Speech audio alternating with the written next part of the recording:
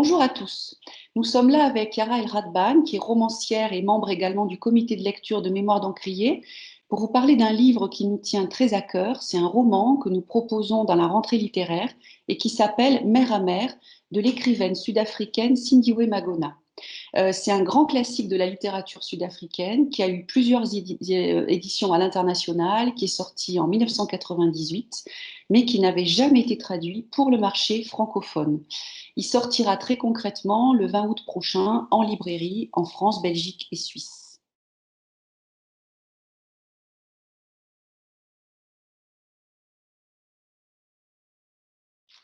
Alors, le roman Mère à mère commence par une phrase implacable. Mon fils a tué votre fille. Et ici, la référence est à un incident, un drame terrible, la mort d'une jeune femme, Amy Beale, aux mains d'une foule enragée dans un township noir en Afrique du Sud au dernier jour de l'apartheid. Et ce qui est extraordinaire avec le roman, c'est que, en fait, il y a là une reconnaissance à la fois de l'acte violent du fils, mais aussi de la violence qu'a imposé l'apartheid sur ce garçon-là et qui l'a transformé en monstre. Oui, et moi, ce que je me disais tout au long de la lecture du roman, c'est que ce fait divers tragique n'aurait jamais dû avoir lieu. C'est vraiment la force de l'histoire qui fait que cette jeune femme, en fait, qui était venue pour aider, est assassinée parce qu'en fait, ces deux mondes-là ont été tellement formatés qu'ils ne peuvent plus se rencontrer et se comprendre. Et c'est ça tout le tragique de ce roman qu'on sent au fil des pages. Oui, et ce que le roman en fait nous dit, c'est qu'il n'y a pas de guérison sans vérité. Et la voix là-dedans est une voix de vérité sans complaisance, mais aussi une voix extrêmement humaine. Exactement.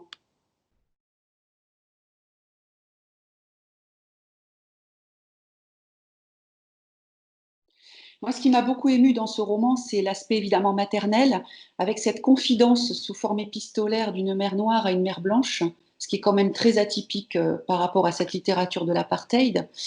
C'est aussi ce destin du fils. En fait, on a l'impression que c'est un fils maudit qui marche vers son destin depuis qu'il est né, en fait. Une espèce de destin inéluctable qui lui colle au basque. Il évolue différemment, même dans sa fratrie, il est différent. Cette mère essaie de le protéger, c'est ça qui est très fort.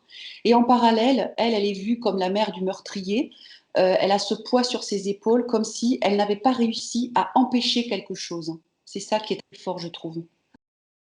Oui, absolument. Et surtout, elle parle à la mère blanche vraiment comme une complice, en disant, en lui confiant sa souffrance parce qu'elle sait qu'elle va comprendre aussi.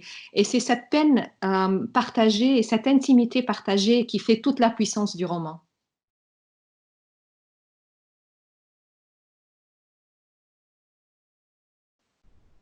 Alors, en 2019, on a célébré les 25 ans de la fin de l'apartheid et on s'aperçoit qu'il y a visiblement un souci de mémoire chez les jeunes de moins de 25 ans. Toi qui as vécu en Afrique du Sud, qu'est-ce que ça te dit, ça?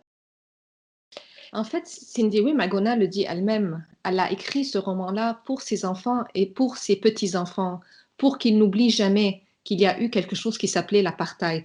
Et je pense que cela ne vaut pas seulement pour les Sud-Africains, mais pour le monde entier.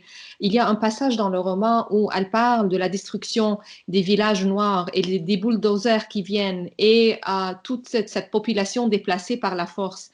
Quand on pense aux migrants, quand on pense aux réfugiés aujourd'hui et comment on les traite, la montée des nationalismes, de la xénophobie, ce roman-là, il est plus pertinent et plus actuel que jamais, malheureusement.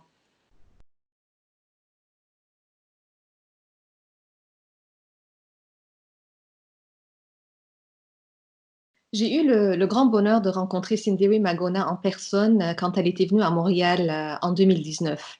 C'est une femme d'un grand charisme parce qu'elle a une histoire extraordinaire. Elle a grandi sous l'apartheid, elle a dû s'éduquer elle-même par correspondance, elle a vécu dans la pauvreté, elle a dû être une mère monoparentale. Donc, je pense que c'est tout ça qui nourrit aussi son roman. Et moi, ce que je pense, c'est que grâce à elle et grâce à ce roman, on a enfin un narratif féminin de l'apartheid. Jusqu'à présent, on avait un fer de lance qui était André Brink. Et là, tout d'un coup, grâce à Cindy Magona, on a une vision beaucoup plus féminine et la vision d'une femme et d'une mère noire. Et ça, c'est très important, je trouve.